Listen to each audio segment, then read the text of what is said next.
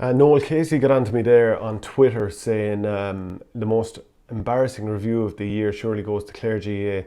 This is supposed to be a review of why things have gone wrong over the last number of years. So just to give a readout, and we've all made our mistakes, so I'm not going to hammer it too hard. But just to look at, I'll just read through it. So it goes to put the various views of the above groupings outside of players into context. I believe it would be fair comment to deduct that the general view is firstly in terms of minor and under 21 level after the success of 3 under 21 All-Irelands in a row, 2012, 13 and 14, the subsequent intervening years up to 2017 competition result at both grades were far below the other counties in the province. However, in more recent years, Jesus, that's heavy reading, that's a long sentence.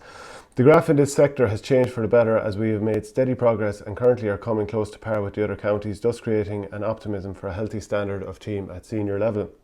While there was an air of disappointment and concern at some of the performances of our senior hurling team during 2019, the concern expressed in the main centred around 3 games: the league game v Waterford at Walsh Park, round 2 of the Munster Championship v Tip at Cusack Park, and the third round of the Munster Championship versus Limerick at the Gaelic grounds. So just in brief, the league game he's talking about is 31 points to Waterford, 114 to Clare. That was an absolute pasting, more than double scores if you just look at a goal as a single score. And then the championship, Clare 17 points, Tip 321. Absolute pasting in the Munster Championship, most people will remember that. And then was it just a week later, away to Limerick, 128 to 13 points, so 18-point loss there.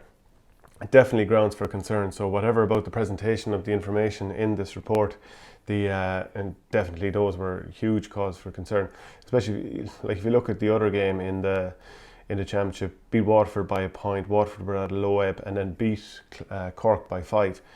Anyway, just to move on into the next part of that report, it was very much accepted that in 2018 we were mostly unlucky not to have contested an All-Ireland final as both games, the draw and replay in the semi-final versus Galway. Clare could have any one of them and was probably unlucky not to have done so, but unfortunately team performance appeared to have dipped somewhat in the aforementioned games. Possibly could have done with reading over that once more. However, on the other hand, Tipperary won the All-Ireland. This is the juicy part now, that this is the main reason that Noel sent it in. Tipperary won the All-Ireland hurling final in 2017 and failed to even qualify for the knockout stages of the All-Ireland series in 2018.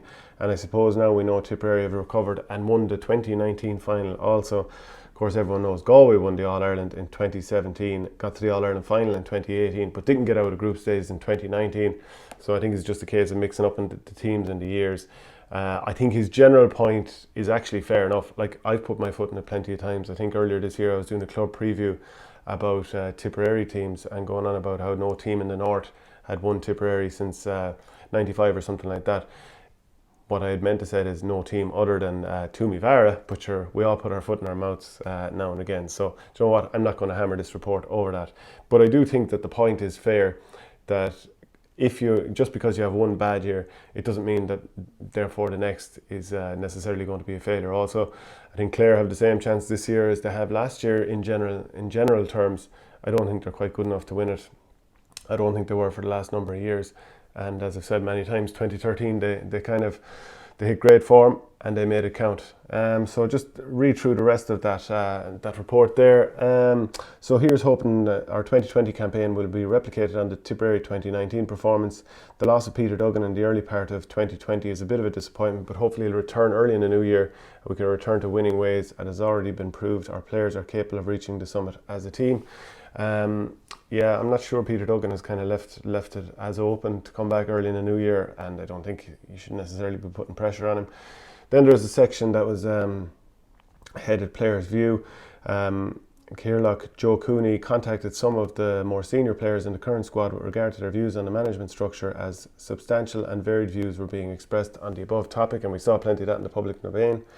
The sentiment expressed by the individuals contacted was that players supported the existing management structures. However, around the latter part of September, a more representative group of players, 6 in all, met with the chairman at Clare Abbey for approximately 2 hours.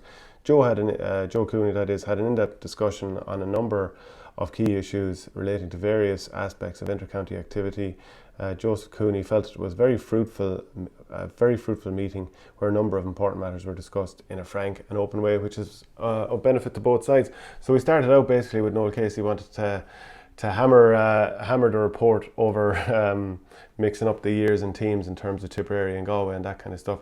But there's probably a few points in there that make sense. But yeah, we've all put our foot in our mouth when we're trying to express a view or whatever. But I think the central point is still there.